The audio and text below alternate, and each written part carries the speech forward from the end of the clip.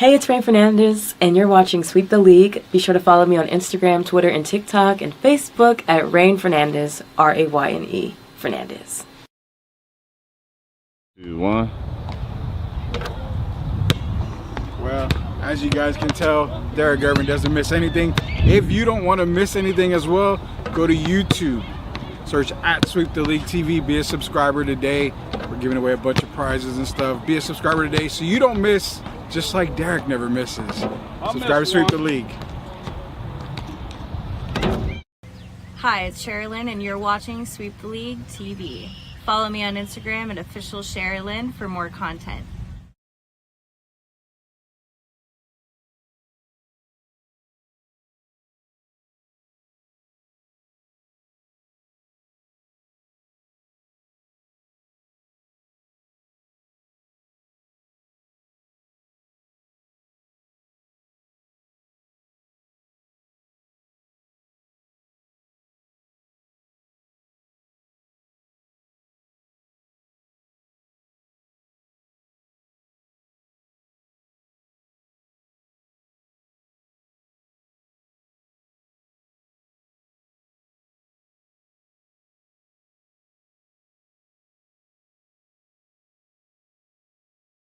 Shamaya, you did it. STL Music. Is that good? Welcome back to the show. Yo, listen up, we back in the game. Sweep the league, we got the flame. Wanna get it to the fullest every table. Then we wake up, get it in every way. Working the true and global inspiration. Talk this sports and top news, no hesitation. Sweep the league is back. We always coming back, that's a fact. Wanna tell them that. STL Music, mama, we did it. Where we at? Coach Jill in the house with the flow so tight. Every girl ran round, rubber rock stats, we unite. Yeah, the best show, Monday through Friday. If this ain't different, they lying. We got the energy. When I say sweep, you say the league. Sweep the league, sweep the league, sweep the league, sweep the league. San Antonio, let's go. Sweep the league. Sweep the league. Sweep the league. San Antonio, let's go. Hey, this is George Iceman Gervin, and you're listening to Sweep the League Radio.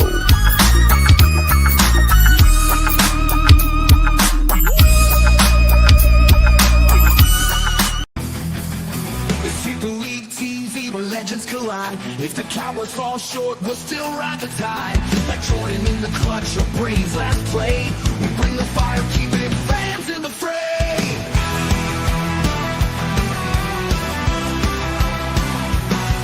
Coach Gio and Rudy calling the shots. With Derek coming straight, Hall of Fame thoughts. So hit that subscribe, don't sit on the bench. Get in the game, every highlight's intense. The live stream's on, tell your friends don't delay. Like Kobe in the fourth, we're here to play. Sweep the League TV, where greatness resides. From the blogs at the drives till the halls on the rise. We're all in on sports, NBA, CFP, and more for fans. By fans, it's the show you'll adore.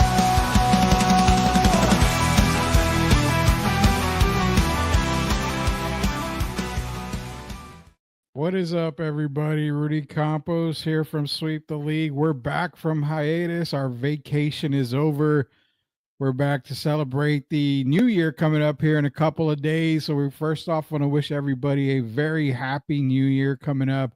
We're going to try to be on tomorrow. I think we will be on tomorrow, as a matter of fact, so you can kind of ring in the new year with us here on Sweep the League before the fireworks start popping, which in San Antonio, they pop pretty much, all day, all night for the next couple of nights in San Antonio. So everybody be safe in San Antonio, please. Drinking, driving, be responsible for the fireworks out there. Just everybody be safe. We want y'all to join us here every single night here for Sweep the League. It's going to be myself. It's going to be Derek Irvin. We got a lot to get into, man. Tons to get into. We're going to talk about CFP. We got the predictions coming up. We got a bowl game tomorrow. We've got 3 on Wednesday, so we're going to have to get all those picks in as well. Mike Malone commenting on Mike Brown being fired. Obviously, that was a big topic. De'Aaron Fox to either San Antonio, Houston, probably not the Lakers. Going to talk a little bit about that. What else do we have? We Derek and I debated, and we didn't really debate. We talked about if you redrafted the WNBA class this past year, who would go first, Paige or Caitlin? Wonder if that's changed a little bit here. We got a video on that as well. Plus a whole lot of other stuff coming up here on Sweep the League. Micah Parsons going crazy somewhat, scoreboard crazy somewhat. So we got a ton to get into. We're not going to waste any more time. Let's bring in the Hall of Famer himself, Derek Gervin. Mr. Gervin, we are back, man. How are you doing? Good, Rudy. How about you? I'm good. I'm hanging in there, man. I'm hanging in there. I'm enjoying the time that we've had off. So I've been able to relax a little bit. I'm liking it, man. I'm really liking it here. A lot of good stuff been going on, my man, in the sports world. So yeah, I guess anytime that's going, a lot of things. You're talking basketball, football, just some good stuff and some not so good stuff. So yeah, I'm excited tonight, ready to get into it as we end 2024. I know we got a lot to get into. It's like not even funny. So I would say, it's like, where do we start? I mean, you got college football playoffs coming. You've got the Micah Parsons thing, which is crazy in itself. You've got the Aaron Fox, Mike Brown getting fired. I want to ask you a little bit about that because there's a show coming out, Locked On Spurs, tomorrow. People got to tune into that. I was on that show earlier, so it's going to be coming out tomorrow with me and Jeff Garcia. And then, you just got a whole lot. I want to say this. Why don't we start with we'll start with the De'Aaron Fox and Mike Brown stuff. So we'll go some NBA talk here, start off the show, because I think that's kind of the big thing involving the San Antonio Spurs here. So let's get some NBA talk.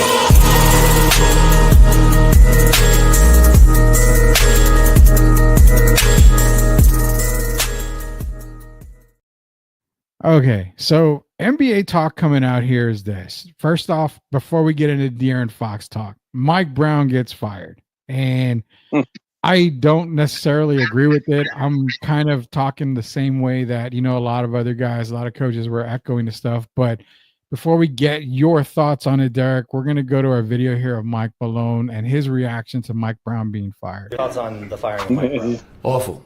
Yeah, awful. And the reason I say that, Matt, is so we're going into a meeting this afternoon. And, the good thing about me is that I'm not on social media. I'm not aware of what's going on outside these walls sometimes. I've had an office with no windows for 10 years. It's probably taken off 6 years of my life. And I go into the meeting and the coaches say, "Did you hear about Mike Brown?" And I said, "Why? What happened?" And they said he got fired. And at first I was really shocked and surprised. And then I caught myself. I said, why am I shocked and surprised? For two reasons. One, because as an NBA head coach, ultimately you're going to get the blame. When they win, it's going to go to Sabonis and Fox. When you lose, it's going to go to Mike Brown. That's the way it works. And two, who he works for. So I'm not surprised that Mike Brown got fired, because I got fired by the same person. And what really pissed me off about it was the fact that they lost last night, 5th game in a row, I believe. Tough loss, fouling a jump shooter. They have practice this morning. He does his post-game media, and he's in his car going to the airport to fly to L.A., and they call him on the phone. No class, no balls. That's what I'll say about that. There you have it. Mike Malone commenting on the firing of Mike Brown, which I obviously didn't agree with it. This is the thing. When you fired Mike Brown, the Kings are struggling this year. Let's not beat around the bush. They are struggling. They were expected to be at least a top 6 team in the Western Conference this season. You added DeMar DeRozan, which I remember saying that's a terrible move for the Kings. You were perfect the way you were last year. You needed a couple more role players. You didn't need another ball dominant player in DeMar DeRozan. But, the addition of DeMar DeRozan to me wasn't a great fit once I looked at it. But again, Mike Brown being fired, I get it. You're struggling. But Mike Malone's right. If you're winning, the players are getting all the hoopla. But if you're losing, the first person they point to is the coach. And at this point, Mike Brown gone from being the Sacramento Kings coach, Derek. Well, I wasn't crazy about the move. I didn't think it was warranted. You're talking about a guy who was the coach of the year just 2 years ago. Yeah. And so things didn't go well. So far this season, I believe they're like 13 and 18, 13 and 19 now, I think, after losing to the Lakers. And I hate to see him take the brunt of the blame. And, for me, De'Aaron Fox, I believe, had a lot to do with it. But I got to say the saddest part, Rudy, is they didn't have to do that man like that. He deserves a lot better. He was a very good assistant coach under Steve Kerr with the Golden State Warriors. To have him meet with the guys, he met with the guys individually, and he's done that all the time. That's what he does. So he meets with De'Aaron, as everyone saw, and he had a conversation with DeMar DeRozan, Trey Lyles, and those guys. And so they let the man run the full practice. They have practice. Nothing happened. He's still the coach. He talks to De'Aaron Fox, and then De'Aaron walks on his way. They wait until this man is on his way to the airport before he gets to go get on his flight, before they call him and tell him that he's no longer the coach. I think that was cowardly, just like Mike Malone felt. It was very unnecessary, very unprofessional. And I hate to see Mike Brown lose his job like that. But the good thing is he will land on his feet. But Sacramento, the ownership, Vivek Renoviv or Renoviv, whatever his name, and the people that he have in charge, they should be ashamed of themselves. Yeah, I agree. That was a terrible move by the Sacramento Kings right there, the way that they did it. I mean, at what point there? I mean, you were a player in the NBA, and you've been around a lot of NBA players. You've got family that play in the NBA. At what point is, I understand a coach has coaching flaws. It may not work. The system may not work. Your coaching style may not be the best fit for the team. But all he was doing was holding his star player accountable, which I thought was okay. But now it seems like if you hold certain players accountable, then you're gone. I mean, have we really gotten to that point in the game? It looks like it. But the sad thing in that play is, what did Mike Brown do wrong? He had the guys prepared to play defense.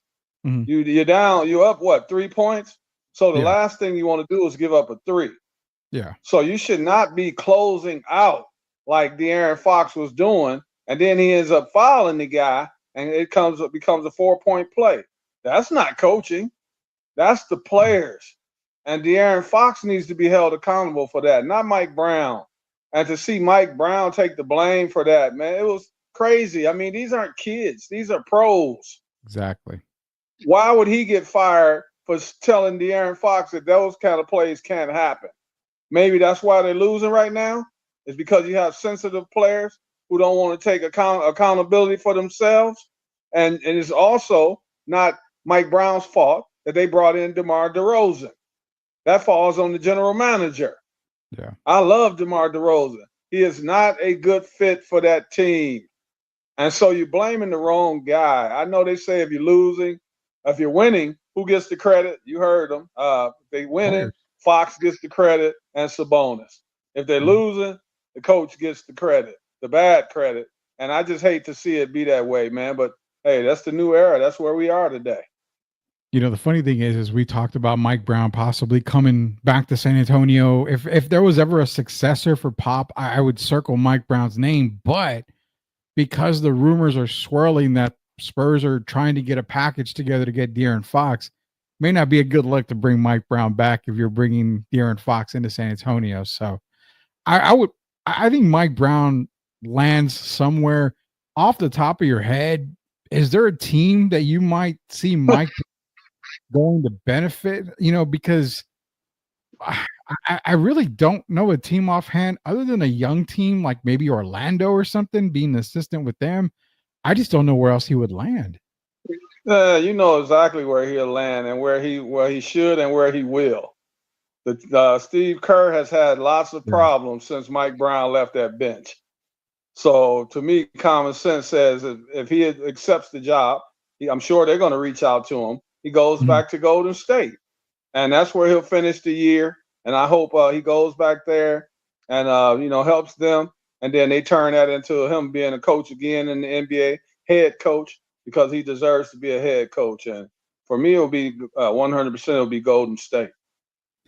Golden State would be a good move for Mike Brown. I mean, he would definitely help Steve Kerr and that team if he was to go back over there.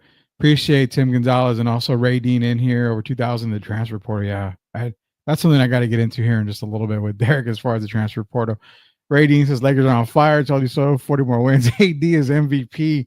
I can't go that far with AD on the MVP scene, but I do want to talk a little bit of. Ray. Yeah, I love Ray and Tim always in here giving us. Ray already got started. I'm just kidding. All right, man. He's got to end 2024 with a bang. He's going to start 2025 with a bang when it comes to Lakers talk, man.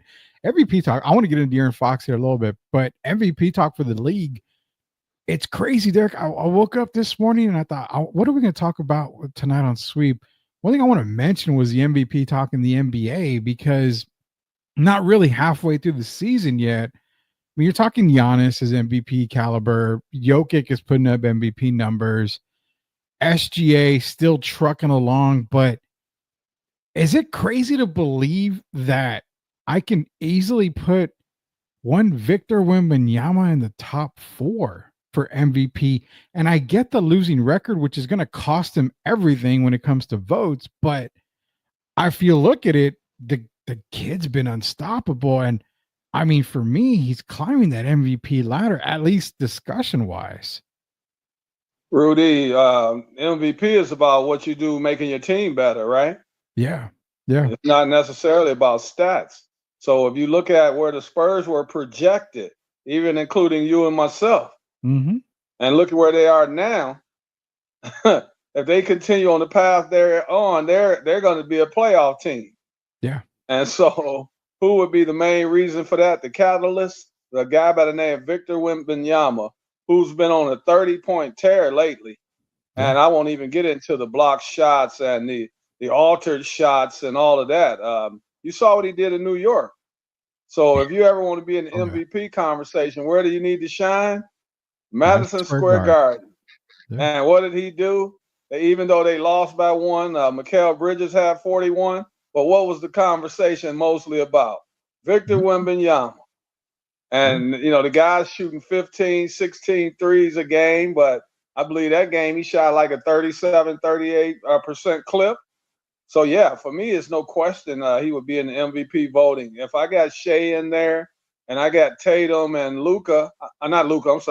Joker, the Joker, Victor has to be my 4th guy. Yeah, I have him at 4 right now, which might surprise some Spurs fans, maybe surprise a couple of NBA fans, but I think Victor right now is 4. I mean, your top 3, like I mentioned, for me would be Giannis, Jokic, and Shea. So I would probably have Victor 4. I think Tatum should get a lot of love as well. Definitely put Tatum 5. Yeah, I would definitely put Tatum 5. Put Tatum 5. Tatum definitely is Victor 4. But I mean, you got to get with the record. If the Spurs can somehow get into the playoffs, then it has to be serious consideration. Now, the only person I feel he can't overcome would be Jokic. That's just, I mean, he's putting up ungodly numbers right now, and he's just filling the stat line. So is the possibility of him putting up these numbers for the rest of the year enough to get over Joker if he gets the Spurs in the playoffs? Right now, if you go by what they're doing for their team, Victor is elevating his team more than Jokic. Yeah, Jokic just won a championship, 2 years ago? Yeah. And if you look at Denver, they've been struggling this year. I know people want to put it all on Jamal Murray or whatever, but there's been more. Guys have not been living up to what they're supposed to. Aaron Gordon's been in and out of the lineup. Michael Porter Jr. has been inconsistent. They brought in Russell Westbrook, of course. You have Christian Brown in the starting lineup. They still haven't figured out what they're going to do with Strother and Watson. So, they're not the team people expected them to be. And the Spurs have over-exceeded already. I mean, we talking, you and I said, 30 wins, 34, 35 wins? The way they're playing right now, they're headed to 40 and possibly more, because I see Victor even getting better in the second half of the season. And so, yeah, man, the Spurs have a lot of things to be happy about, and they'd be really happy. I hate to say this because I'm a Chris Paul fan, CP3, but if you were able to get a 27-year-old guy by the name of De'Aaron Fox, the season changes for the better right away. Yeah, that's exactly the lead-in we're going into here on Sweep the League with Hall of Famer Derek Irvin and Rudy Campos Sr. Tim's asking Derek, would you so happen to score 60 points in Madison Square Garden if given that opportunity, man? Well, I played 20 minutes in the game and I had 24. So, yeah, if I had the opportunity, we're talking about Patrick Ewing and those guys. So today I'm getting to take open shots, basically, or drive to the bucket with minimal contact. I'm last name Gervin, Tim. I've scored 60 on several occasions, and I don't think it would have been any different in the NBA if I was given the opportunity. I don't think you would have any trouble getting Jalen Brunson had 55, and I know I could outscore Jalen Brunson. So they make it happen, man. There That's it all is. you can do. You can make it happen. That's all we got to tell people. You will make it happen. There's no doubt about that. Talking to Derek Garvin, Rudy Campos, Sweep the League. Be sure to go to our YouTube page. Go search Sweep the League TV. Be a subscriber. 2025 is coming in very hot, very strong, Derek. And one thing that we've got to talk about, we've got to bring it back up here, obviously, is the De'Aaron Fox talk now. You hit it on the head, and we've been echoing it for a very long time. De'Aaron Fox to San Antonio. There's 4 teams. There's Houston, San Antonio, the Lakers, and the Heat. Now, the Lakers just pulled off a trade where they sent D'Angelo Russell. They got players in return from Brooklyn. So I feel that move kind of put them out of the De'Aaron Fox window there, because I think they're looking to bring in Jimmy Butler more than I think De'Aaron Fox for the Lakers. Now, the reason why I don't think Sacramento even considers Miami is because you've already got a Jimmy Butler style player in DeMar DeRozan. No reason to go get another DeMar DeRozan 2.0 with Jimmy Butler there. And DeMar doesn't really make sense. So to me, that leaves 2 teams. That means Houston, where De'Aaron is from, and San Antonio, where his wife is from. Now, football knowledge here. The last time a wife had a say so in a player going somewhere was Kirk Cousins, and we're seeing how that ended up, right? His wife's from Atlanta. They went back home, and now Kirk is benched collecting $90 million from the Atlanta Falcons until they cut him. But I feel that Houston would have to give up a lot of their youth. They don't have as many draft picks to give up. They would have to give up a lot of their youth to include Fred VanVleet. I think that makes Houston a worse team by getting De'Aaron Fox, because, I mean, what would you have? You'd probably have Sengun, Fox. You're probably going to have to give up Thompson. You're probably going to have to give up Jabari Smith. You're definitely going to probably have to give up Fred VanVleet. So, I mean, those 3 guys I think would be good for Sacramento, but doesn't make Houston any better, in my opinion. Now, Spurs-wise, Spurs have all the picks in the world to give up for Sacramento.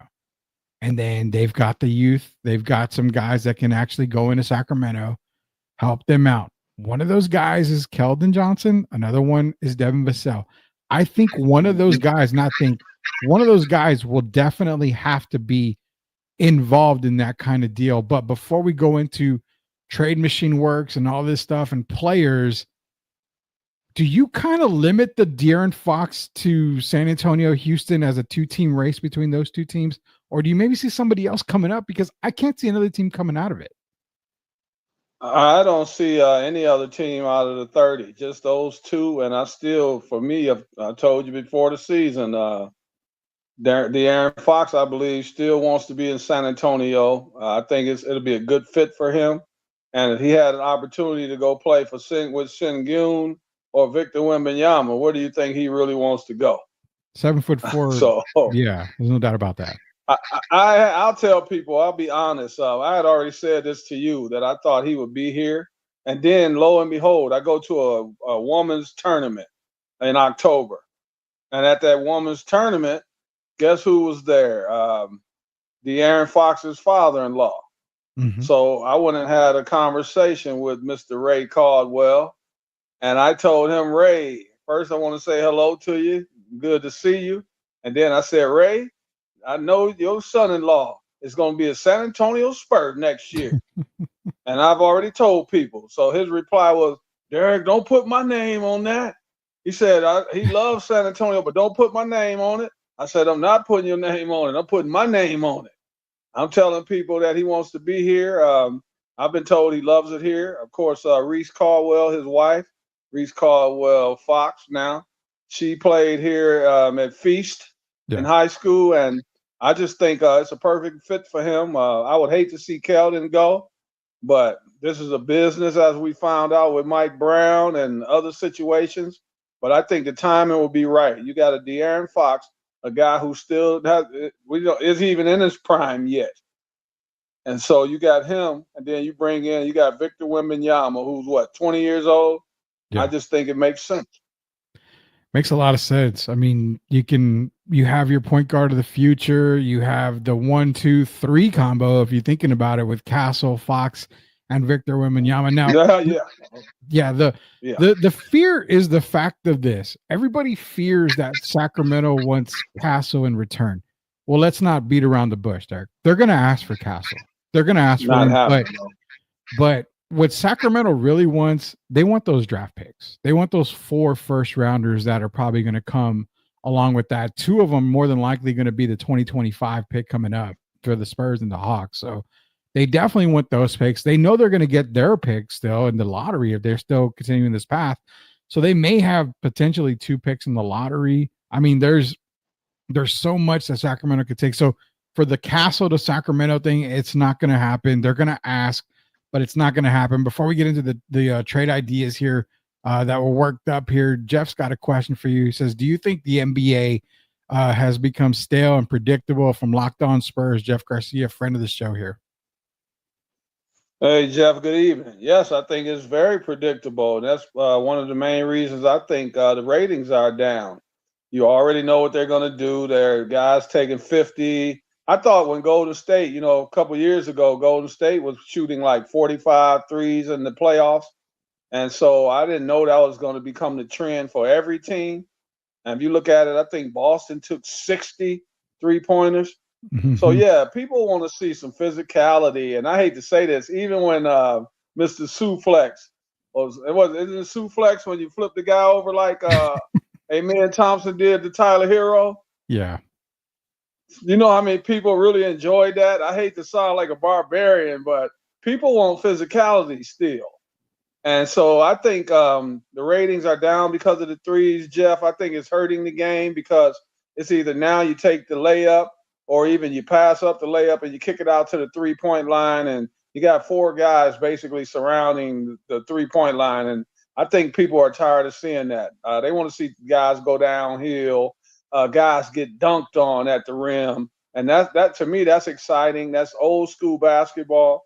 But to me, they could find a way to kind of meet in the middle and bring back some old school, and you can still keep the way the game is played today, but just kind of meet in the middle. Yeah, it is predictable. I mean, we can't lie. It's a very predictable game now, and I don't like it. I mean, the 3-pointer, it's just getting terrible, man. I'm not. I don't Rudy, like can I say this clear? Can I say this and not cut you off? There are no rivalries, man. Yeah, there's none. Even I won't even go into teams. I want you to think, even today, the younger people, even they see today, what is Akeem Olajuwon known for in the one playoff series against the Spurs? Taking it to who? David Robinson. People remember that. Yeah. Jordan going against Reggie Miller or whoever it may be. Those are the things people want. We want competition. We don't want to join up with your friends and all that kind of stuff today. We even seeing it in college now with the transfer portal. In high school, guys are going to join up with their friends. That's not what people want to see. People want to see competition. Guys going at each other as hard as they can. We see it's hurting the All-Star game, and they changed. Now they're trying to implement new rules for the All-Star game. But, yeah, it's hurting the game overall, and I'm hoping Adam Silver and those guys and the ladies as well, they go back and put the meeting of the minds, and they find out a way to fix this, man. I don't even, Rudy, have you be honest this year? And Jeff, you as well. Have you watched the entire game this year, other than maybe the Spurs? I've had trouble watching entire games, and that breaks my heart because I'm a basketball diehard. I'm a basketball diehard. I love the game of basketball, but since you put me on the spot, I will be 100% transparent. I will be 100% honest with you. I have probably watched maybe a quarter and a half of basketball the entire year. I haven't watched hardly any NBA because I can look at the box score and figure out what happened in the game. That's bad when I can go to ESPN.com, look at the box score, and figured, okay, this is exactly what happened. It's terrible. And that's sad to say, but I really haven't watched any basketball at all. I've watched more college basketball than I have NBA basketball. And you're right. It's the stalemate of the game. It's just the situation and the state of the game right now. It's bad. I don't like it. I don't really like it at all. So yeah, I haven't watched very much basketball at all. Jeff is talking about Mike Brown. We did talk about it at the beginning of the show, Jeff, and yeah, I mean, they did Mike Brown pretty dirty. We did talk about that. And again, I'll be on Locked On Spurs tomorrow with Jeff. So we're talking to Spurs basketball as well as some De'Aaron Fox news as well. So we'll get into that as well. But yeah, they did do Mike Brown really, really dirty. Do you agree with the dope as model for the team? No friends on the court. 100%. I agree with that. You just heard Derek say it. I mean, there's no friends, man. You weren't friends. You know, as much as we said, as much as Bird and Magic were rivals and friends, I mean, they were enemies for the most part. They were enemies. They understood that we have a respect for each other. We're friends, but we have a respect for each other. But when it's game time, I don't like you. I hate you. I want to beat you. I want to make sure that my team comes out on top. So, yeah, I mean, no friends on the court, Derek. That's a pretty good motto from me, to have. Rudy, George knew Magic Johnson when Magic was like 14, 15 years old, okay? Yeah. And so when I watched them play in the playoffs every year against the Lakers, we couldn't get past the Midwest Finals because of who? We couldn't get to the finals. At that time, Eastern Conference. We couldn't get to the finals because of who? The Lakers. Yep. And George has known Magic since Magic was a teenager. But when they played the games, there was no friendship at all. No. I'm telling you, they put Michael Cooper and Jamal Wilkes on George because they knew he was going to be taking it to Magic. And I'm just being honest. All you got to do is go back and check it out. They never put Magic on George because they know that was going to be a rough matchup for him. They wanted Magic to have energy for the offensive end. And then you friends maybe after the game. But even back then in the playoffs, Rudy, you weren't friends the entire series. Yeah. We're not going to eat after the game 1, game 2. That's not happening until the series is over. And that's what I want to see today. Let's get back to competition. I don't care too much about the cursing and guys like Anthony Edwards getting fined because he's running his mouth and all the vulgarities he's using. I want to see some knockdown, drag out basketball, not dirty basketball, but some nice competition. And I think we're really missing that. Yeah, I think we are missing that, and that's something that we've got to get back to. Hopefully, they do get back to it at some point. Tim saying he hasn't watched any basketball. We're still in the college football, which we got to get one of our picks in later on in the show. How far will you go to your friends is on the other team and then get hostile when things get hostile? Okay, how far will you go if your friend is on the other team and things get hostile on the court? I think it goes back to what we're saying, if you're friends with George and Magic are friends, but if Magic is fighting on the other side, I mean, you're fighting alongside your teammates. How about Magic and Isaiah? Yeah. Cost them their friendship for years. They're just making up. Yeah. They were best friends, basically kissing before the game on his cheek or whatever. Yeah. And then when Magic roughed Isaiah up on the way to the basket, that fractured their friendship for a period of time. But did either guy care at that time? No. One guy was a Detroit Piston, and that's who he was down for. And the other guy was down for his Los Angeles Lakers, the guys he spent time with all season in the locker room and out on the floor and in restaurants. You had to put the friendship aside, and that's what they did, and it was good for the game. Yeah, appreciate Jeff joining us on here on Locked On Spurs. Go check out Locked On Spurs wherever podcasts are available. Greatest Spurs podcast around. All the information you need, just check it out. Locked On Spurs. Derek, we're gonna do some trade machine stuff here. So this is gonna a couple of the trades that are coming up that we put together here, and they kind of are very similar. So let me bring these up. These are for the De'Aaron Fox, and then we got a bonus trade in there somewhere. What I'm going to show you here, but this is what I figured one of the trades would look like. This would be involving Keldon Johnson. So the one person that shines bright here is Chris Paul. Now, Chris Paul, I feel, would have to be involved in this trade. Now, not because Sacramento is going to keep him. I think if he's traded, he gets bought out by Sacramento. I mean, a very team-friendly contract, doesn't cost you much. It's $10 million, but if you're bringing De'Aaron Fox to San Antonio, it makes zero sense to keep Chris Paul because you're not going to want Chris Paul to come off the bench. You're sure as hell not going to want De'Aaron Fox to come off the bench. I think having both of them in the backcourt is fine, but I think you've got to move on to get that Fox Castle Wemby connection going really ahead of time. And I think having Chris Paul involved here would kind of delay that a little bit. So the reason why I've got Chris Paul there is because I said it before, the Spurs are not in contention to win a title. They're going to probably release him or trade him come trade deadline so he has an opportunity to join a contender. So right now you've got Keldon, Chris Paul, Malachi City, and then you've got your 4 first-rounders in this term of the De'Aaron Fox deal. The other one is kind of similar.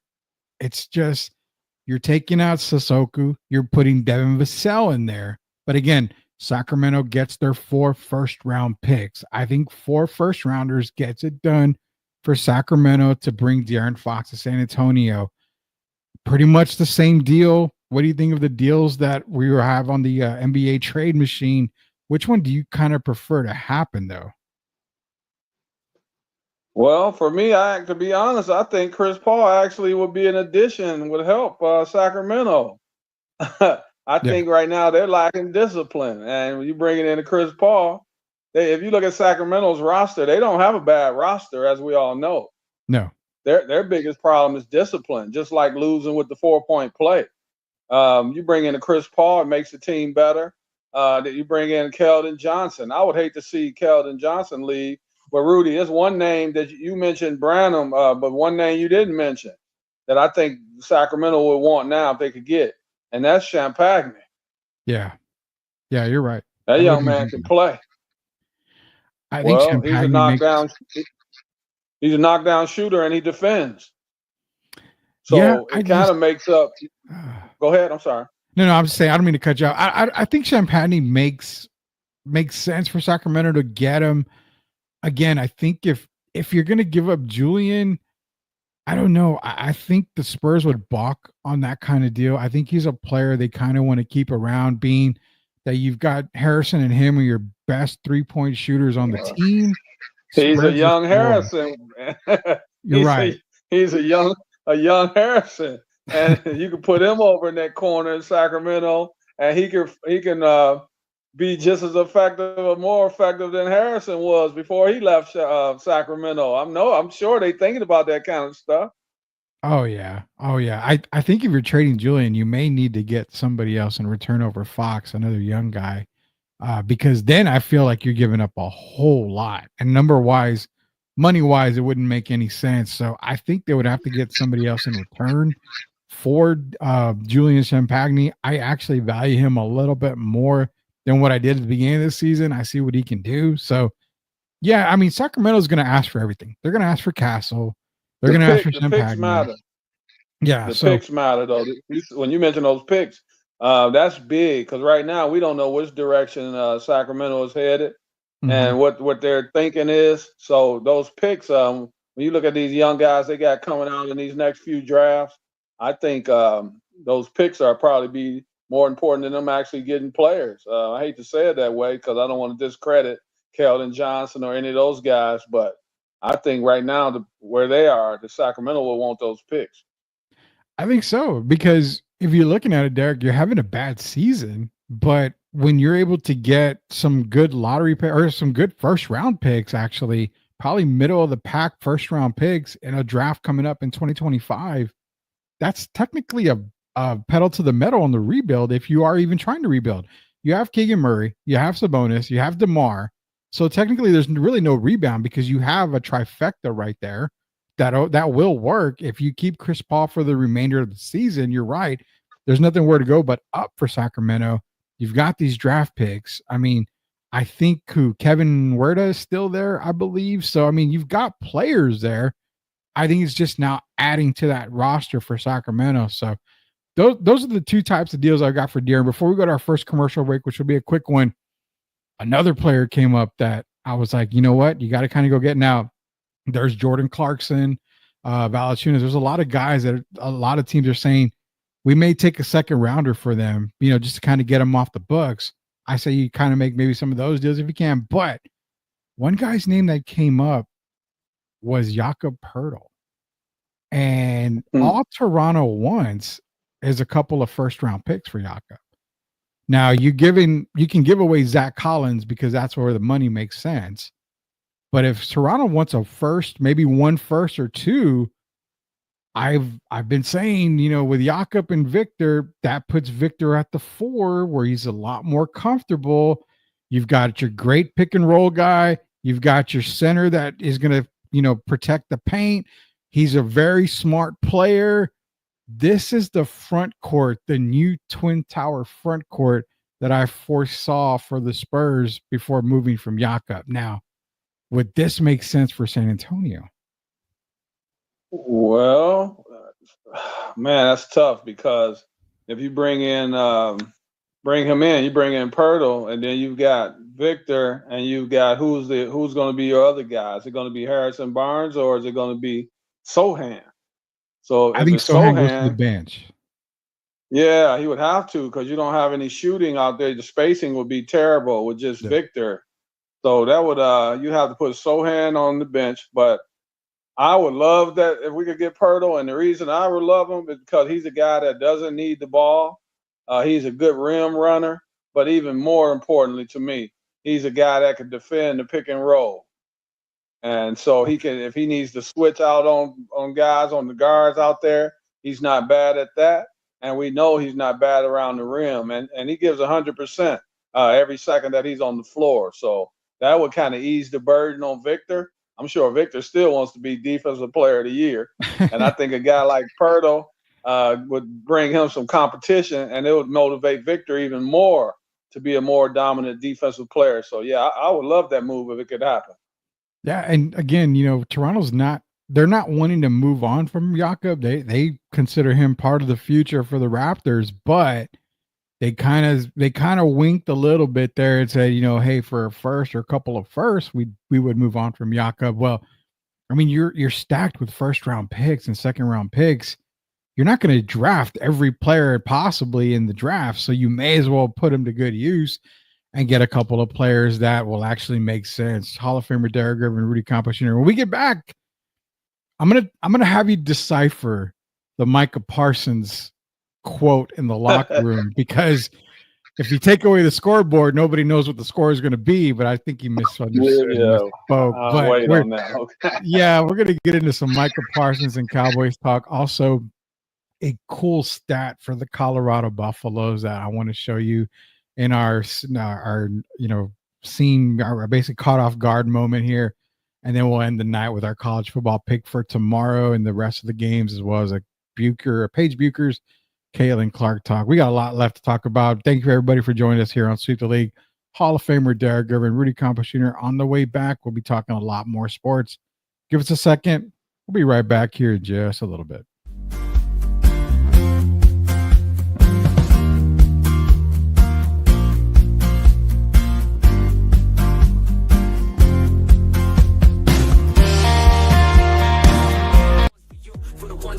Now we showing the proof. Came from the struggle, we living the truth.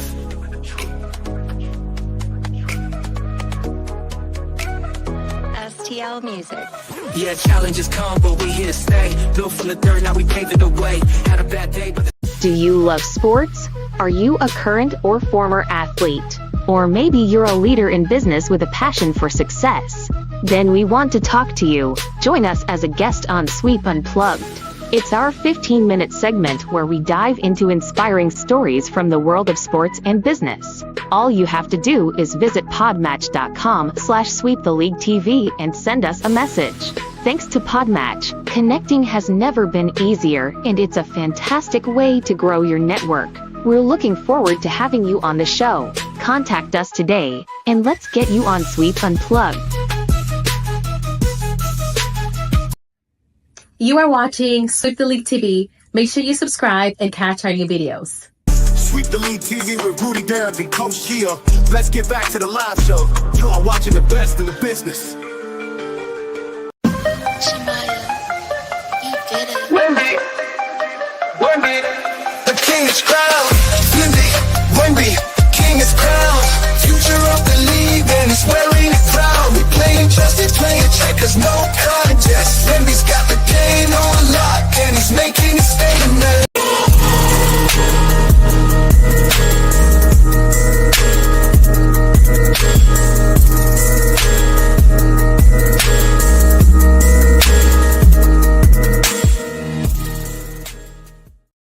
All right, welcome back to Sweep the League. Hall of Famer Derek Irvin, Rudy Campos Jr.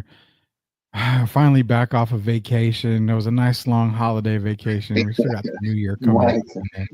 You gonna do any fireworks, Derek? I mean, is there any fireworks gonna be over? No, man.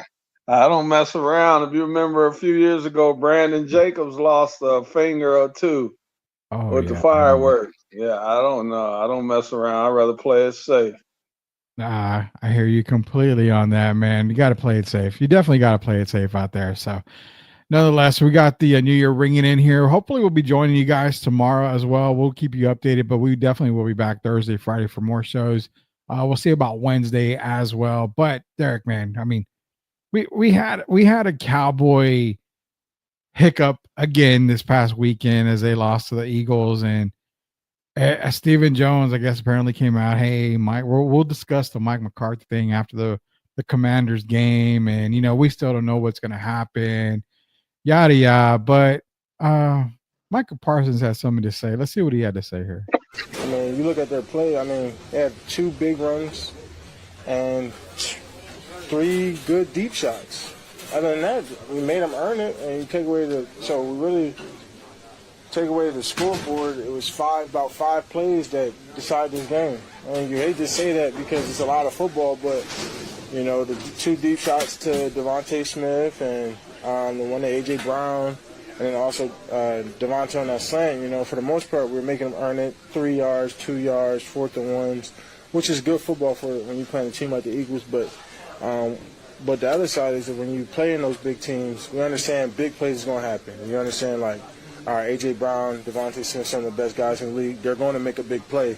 But you got to limit that big play margin from maybe from that 5 point to like 1. You can handle 1 big play, but you can't give a team like that many big plays. I think I was more interested in the guy laughing in the background, trying not to just go, laugh out loud comedy era. But how do you decipher that? I mean, you give up the big plays. We only gave up 3, 4, 5 big plays, and if you take those away, or take the scoreboard away, then it's maybe like 3 big plays. I still don't understand. I'm still trying to crack the code, Derek. I don't know if I can right now.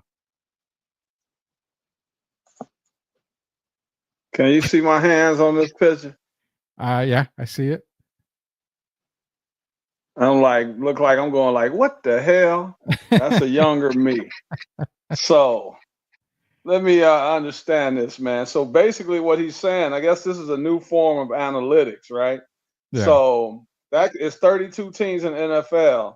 And I could say that about every team in the NFL. If they take away the big plays, they play great defensively, other than the big plays. So, I mean, to even say something that crazy, man, we've heard a lot of crazy stuff this year with the Cowboys, but the rationale there, I'm trying to understand it. If we, without those plays, take away those 5 plays and we outplayed them. But here's the thing. Can you take away those 5 plays? That's something you need to be doing during the game, not after the game. So to even say something so asinine, man, it just tells you that young man doesn't get it. He's a heck of a player, but he has a lot of maturing to do.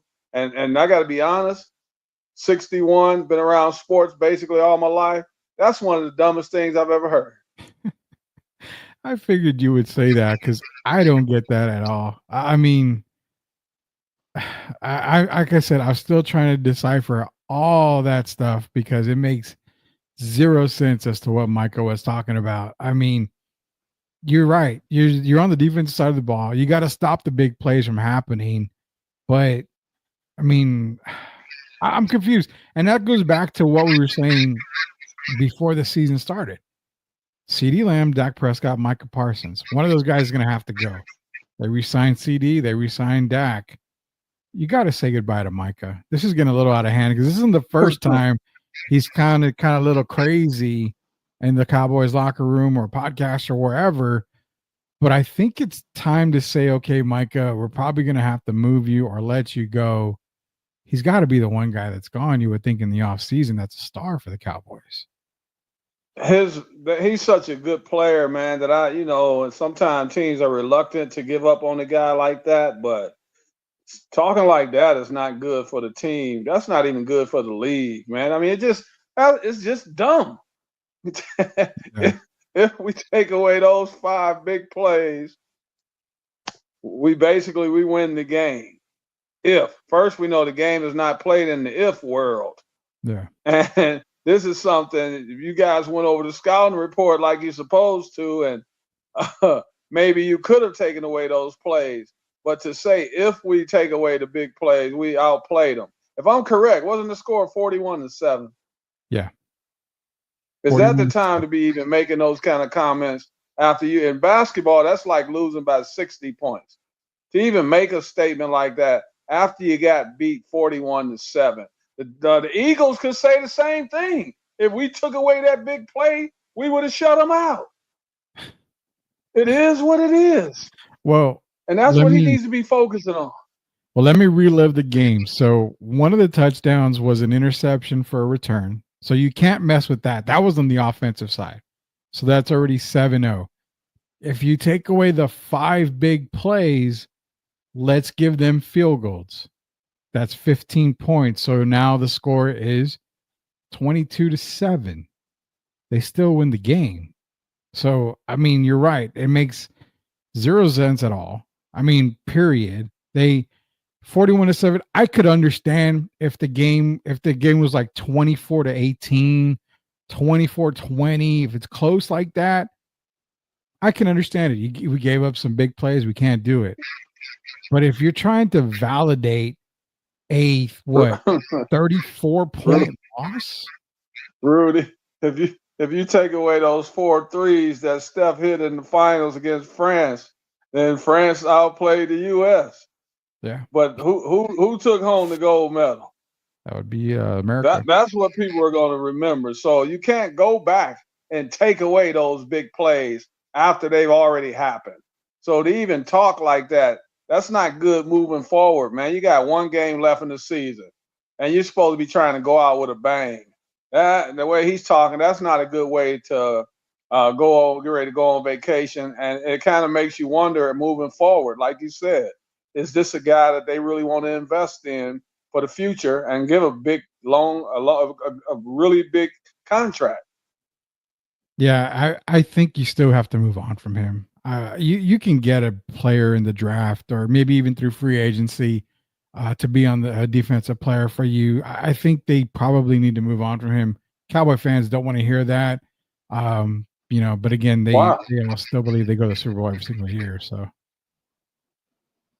I mean, why not? Why don't they want to hear it? At some point, you have to cut the cord, as they say. And I don't. Micah brings a lot of negativity to that locker room, and you know that.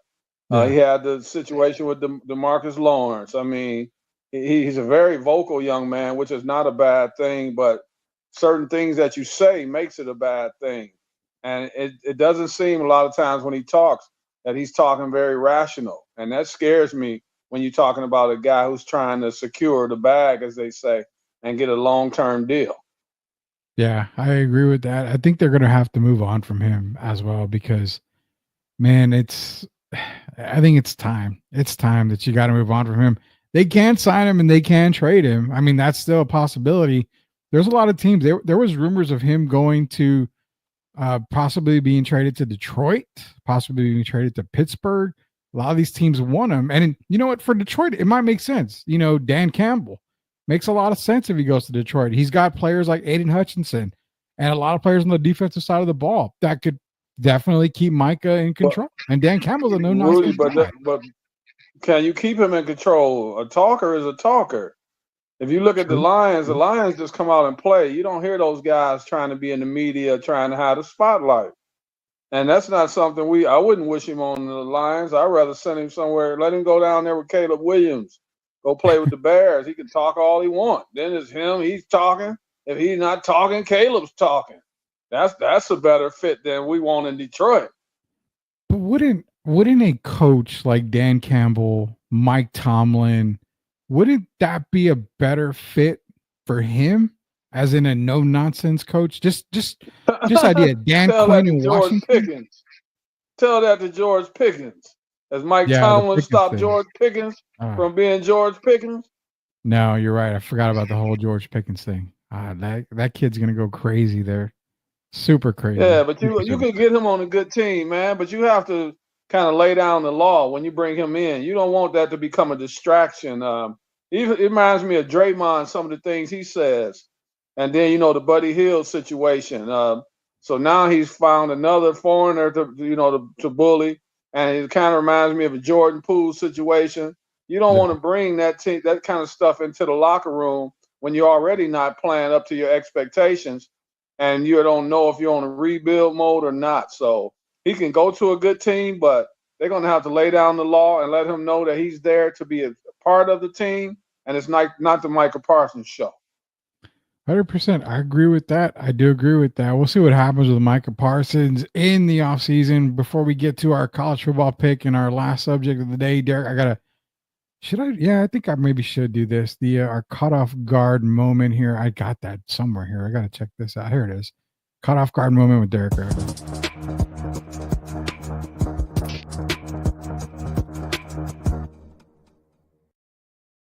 All right, some pretty cool things here. What an absolutely historic 2 seasons for the Colorado University Buffaloes. 0-6 versus the top 25, 2-9 conference teams with at least a 500 record. Tons of smack talk to opponents and cool chains and sunglasses worn at all times. The Deion experiment, man. No more Shador. No more Travis Hunter. Shiloh's gone. The Deion experience in Colorado. I feel, and I remember telling Gio, it's over. This is his last year. Could it be his last year? Because the Colorado experience and Deion experience didn't really work for the Buffaloes, to be honest with you.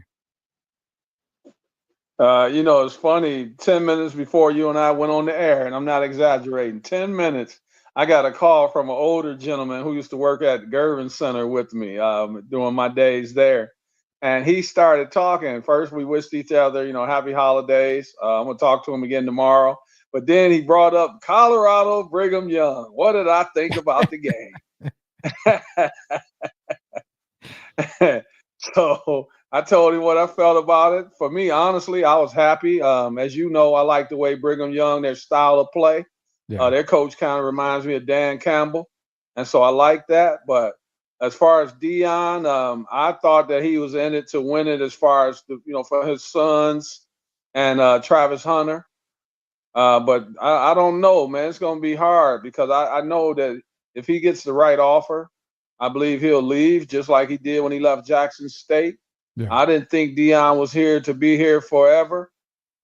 He's made the team relevant. Going into next year, they'll be relevant.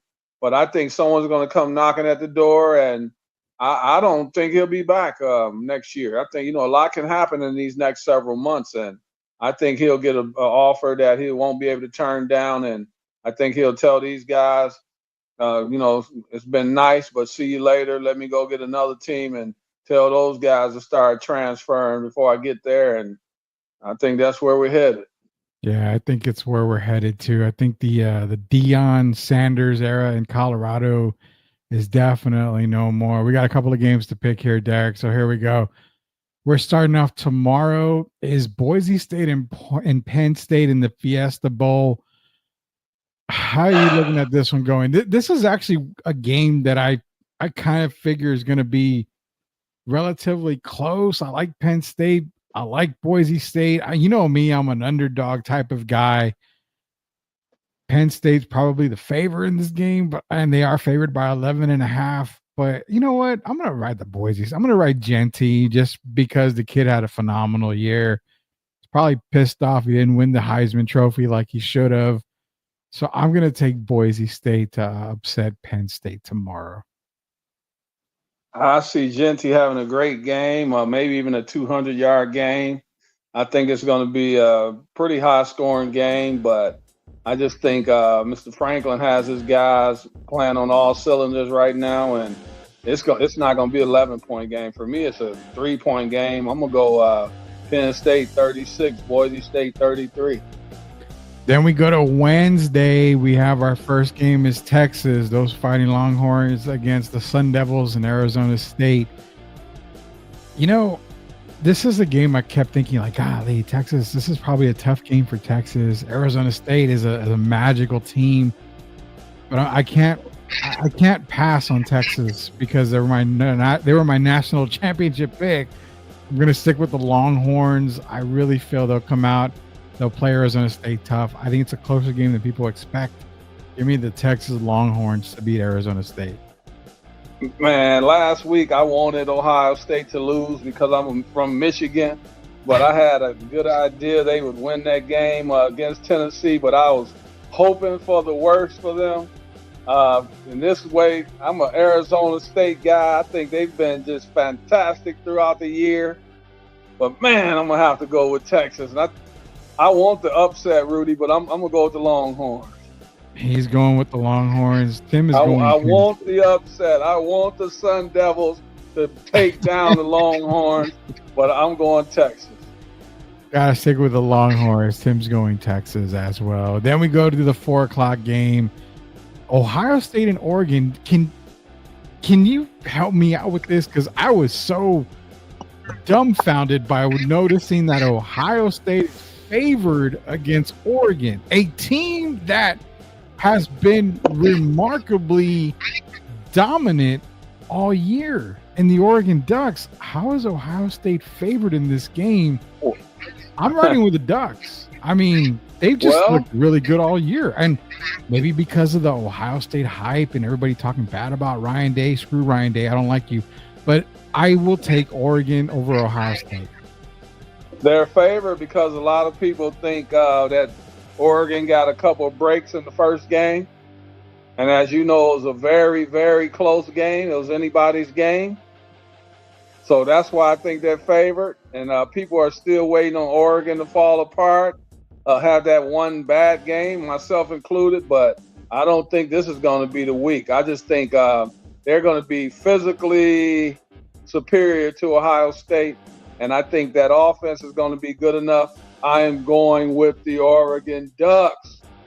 Yep, quack, quack. And it's the Rose Bowl. So Oregon's going to have kind of a home field advantage since, Oregon's not very far from California. We end the night with the Sugar Bowl, Notre Dame and Georgia.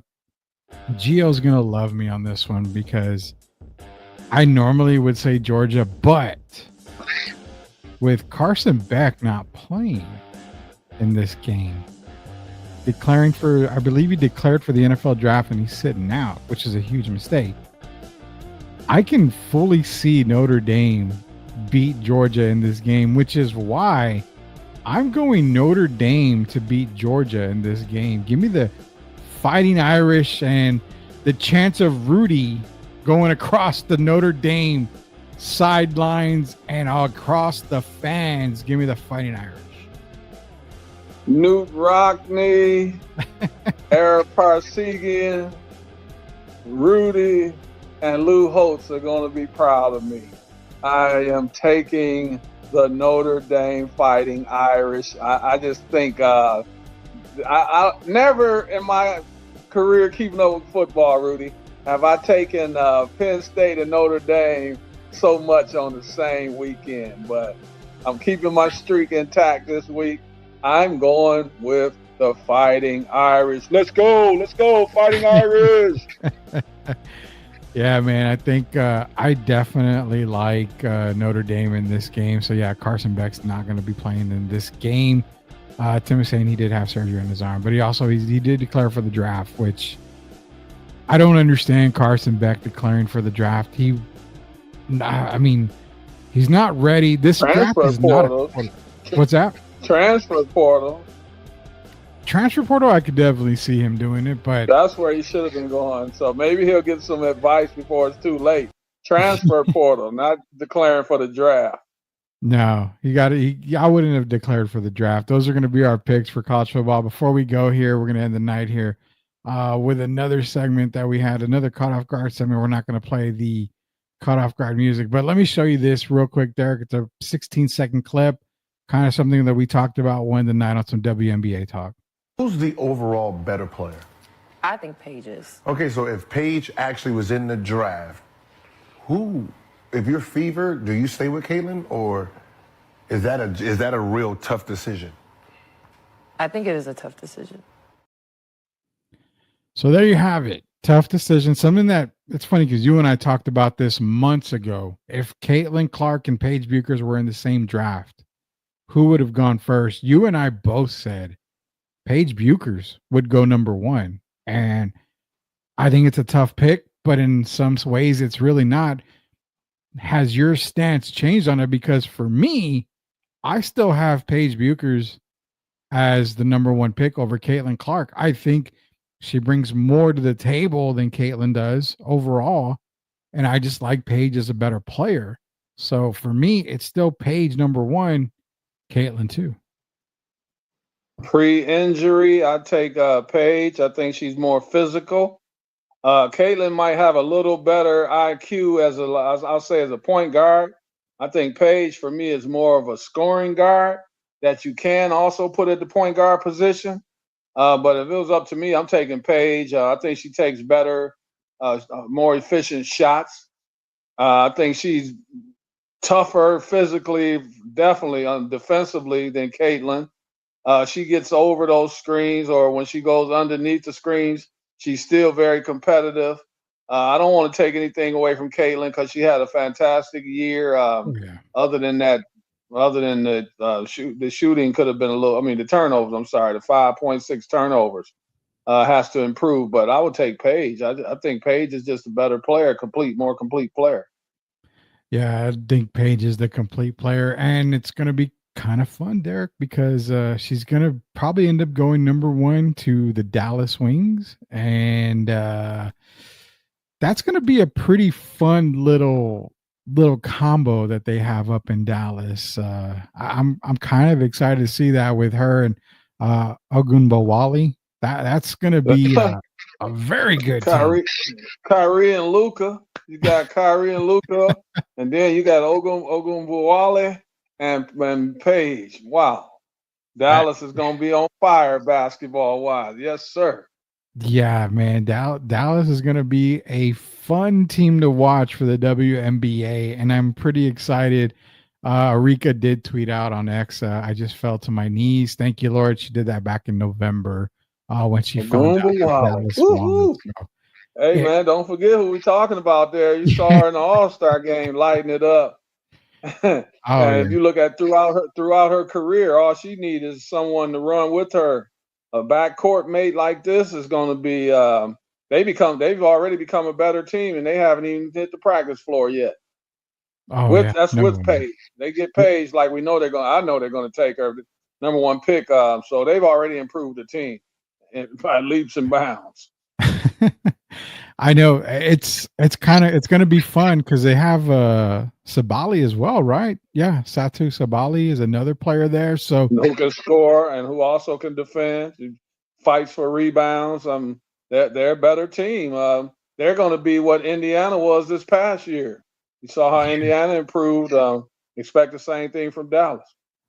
Yeah, man, it's going to be a fun team in Dallas. And the good thing is you and I are like 4.5 hours away. So maybe we can go check out a Wings game and watch this team just ball all over the WNBA. I'd give them a few more years before we start talking about them as being big time contenders. But yeah, we wanted to see what Paige Buchers and Caitlin Clark, who would go number one. People are pretty in consensus that Paige Buchers would go number one if it was between her and Caitlin Clark, man. It's been fun, dude, because we got back from our vacation, our nice long holiday. I'm hoping Christmas was good for you. We just kind of sat around and did nothing at the Campos household and watched my daughter open every single present while I got the socks and the boxers that I normally get every single Christmas, which thank you, family, because I did need that. I needed that very bad, man. Your Christmas was good? I told you I didn't do much, man. So that was great. I told my family I love them, but I just wanted to kind of reflect on what are my plans for 2025. I lost my mom in 2019. So it was kind of a reflection day for me. But it was a great day. I watched movies all day. Lifetime Movie Network. Thank you very much. And yeah, I had a great day. It was a Merry Christmas. Yeah, it was a great Christmas. Enjoyed my time off with the family and got New Year's coming up, man. So we'll see. We'll make an announcement tomorrow whether we're going to be live tomorrow night. If not, we'll be back at the end of the week for sure. So we'll try to get a show in tomorrow before the New Year's. That way you can celebrate with us tomorrow with myself and Derek Irvin. We'll see what Coach Gio is up to. Maybe he'll be able to jump on with us as well. But for right now, we appreciate everybody joining us. Go to YouTube, search Sweep the League TV, be a subscriber. A lot of stuff coming up in 2025. You gotta be ready. Got to pay attention to everything. The only way to get the notifications is to be a subscriber on YouTube, Sweep the League TV. So for Hall of Famer Derek Irvin, Rudy Campos Jr., until we sweep the league again next time, we'll see you later, Knuckleheads. Everybody have a great night. Stay safe.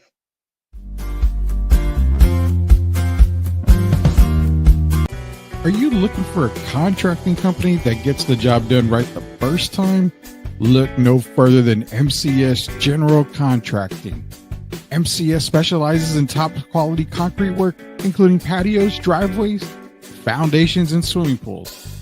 The team of experts are dedicated to delivering exceptional results and unparalleled customer satisfaction. At MCS General Contracting, they're not just hardworking, they're local. Based in San Antonio, they are committed to building relationships and trust within the community. That's why MCS guarantees your satisfaction. They pride themselves on getting the job done right the first time, every time. So why wait? Contract MCS General Contracting today to schedule your project and experience the difference for yourself. MCS General Contracting. Building a better San Antonio, one project at a time. Proud sponsors of Sweep the League.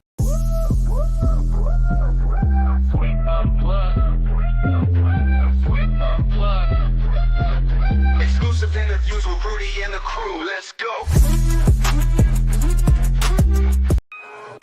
We build a legacy. Yeah, they know the name. STL Music. This a